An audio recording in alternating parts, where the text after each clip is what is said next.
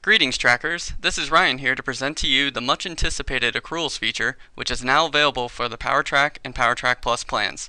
This video will show you how to set up new accruals based time off plans and have your employees switched over to begin accruing time. Simply start off by logging in and clicking Preferences at the top of the page. Once in your Preferences, click the Time Off Plans section. From here, you'll see a banner to create your very first time off accrual plan. Go ahead and click the orange button to create a new plan. In step 1, you'll name your plan, add a description, and set the details for earning time off. If you need to create more than one plan, we recommend starting with the one assigned to the most employees.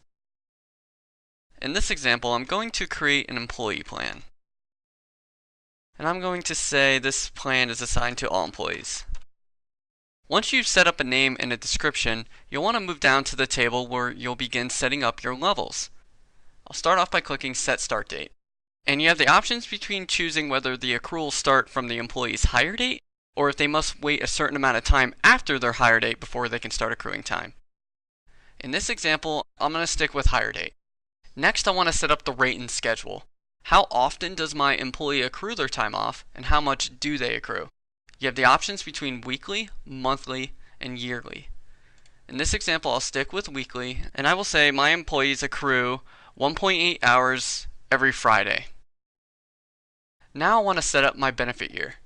Does my benefit year start on January 1st? Is it a custom fiscal year? Or is it from the employee anniversary date?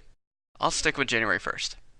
Select whether you want remaining available balances to carry over from one benefit year to the next. If yes, choose yes, and if no, choose no. In this example, I'll keep it as yes.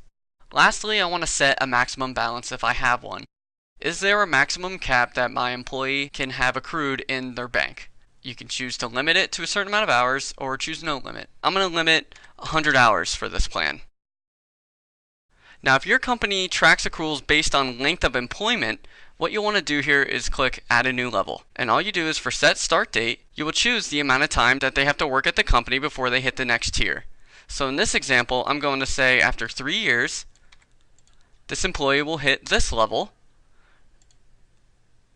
And they will accrue 3 hours every Friday now, instead of 1.8. For benefit year start and carryover, I'll choose the same rules. But for maximum balance, now that they're accruing more time, I'm going to set a higher balance for the maximum amount of hours. And if I have more tiers for length of employment beyond 3 years, say 5 years, I could set that up by clicking Add a New Level. But in this example, I will keep it short. Once you're done with step 1, go ahead and click Save and Continue to move on to the next step. Step 2 Assign is an optional step where you can assign your plan to your employees and their time off banks. I'm going to go ahead and take the option of doing so. When you get to set balances, you have two choices. You can either choose to keep current balance, which will keep the balance you have in the system today and simply accrue on top of that moving forward.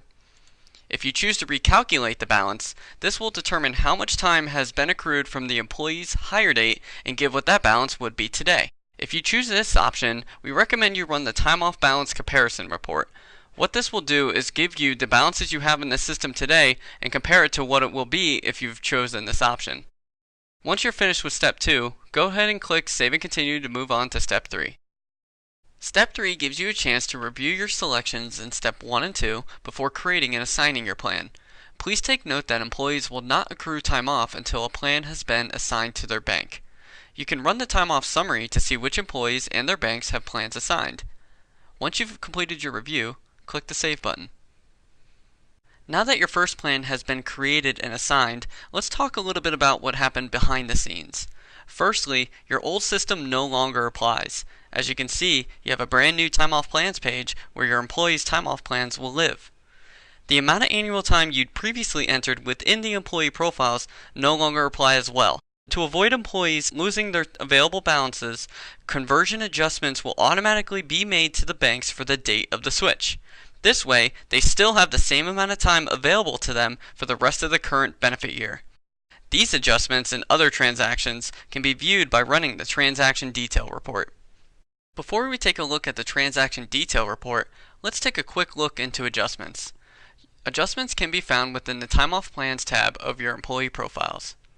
Making an adjustment allows you to correct an employee's available balance by simply adding or subtracting from it. Start off by choosing the date you want the adjustment to be effective,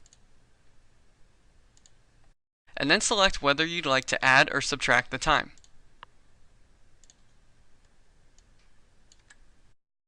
Lastly, choose which time off bank this adjustment will affect, and enter any notes. Once completed, click the Save button. Now that I've created an adjustment, let's go ahead and run a transaction detail report to view all the details. The transaction detail report displays all transactions affecting your employees' time off banks. Some example transactions are time earned from their time off plan, time deducted for absences, adjustments made, and even carryover.